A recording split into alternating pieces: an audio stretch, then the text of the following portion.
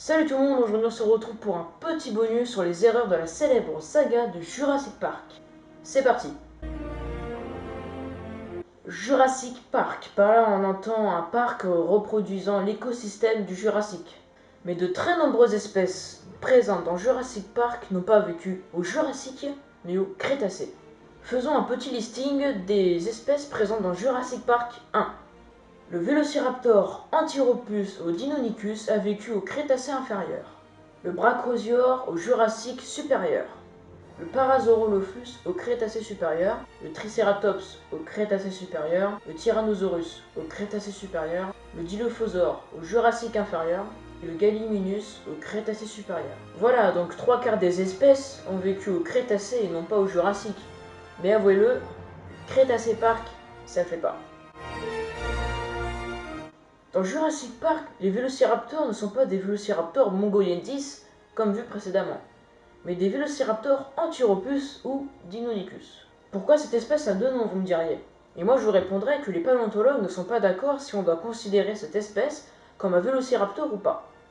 Rentrons désormais dans le vif du sujet. Les vélociraptors de Jurassic Park font 1,8 m de haut pour 7 mètres de long, et n'ont pas de plumes. Alors que les Deinonychus font 1,2 m de haut et 3,4 m de long, et ont des plumes. Quelle est cette espèce alors? Dans la même famille des vélociraptors, la famille des dromaeosauridae, on trouve l'Utahraptor, qui fait bien 1,8 m de haut pour 7 m de long. Mais par contre, l'Utahraptor a des plumes, comme toutes les espèces de la famille des dromaeosauridae. C'est étrange car le professeur Grant, au début de Jurassic Park 1, nous dit que les vélociraptors sont très semblables aux oiseaux. Donc je m'attendais moi à voir des vélociraptors avec des plumes, et que justement il rebondit sur sa réplique du début de film. Au final, cette réplique est complètement oubliée. Après, c'est vrai que quand les 3 premiers films ont été faits, le fait que le vélociraptor avait des plumes n'était pas encore très clair, on n'avait pas encore prouvé. Mais par contre, dans Jurassic World, là c'était clair. Clair et net. Mais pourtant, ils n'ont toujours pas de plumes. Le mosasaure, présent dans Jurassic World, est un reptile marin, apparenté aux serpents et aux lézards. Il a vécu au Crétacé inférieur, de moins 145 à moins 65 millions d'années. Il faisait jusqu'à 18 mètres de long, mais il était carnivore et aussi cannibale. Sur cette image, on peut voir le mosasaure avec une langue normale. Or, il partage un ancêtre commun avec les serpents et les varans, qui sont des animaux à langue bifide. Donc le mosasaure a normalement une langue bifide. Sur cette image, on peut voir que le mosasaure fait au moins 30 mètres de long, ce qui est beaucoup trop. Il était 2 fois plus petit que ça. Le Dilophosaure, lézard à 2 crêtes, était grand et carnivore, 2,5 mètres de haut pour 6 mètres de long, et pesait jusqu'à 500 kg. Dans Jurassic Park, il ne fait que 1 mètre de haut et 2 mètres de long.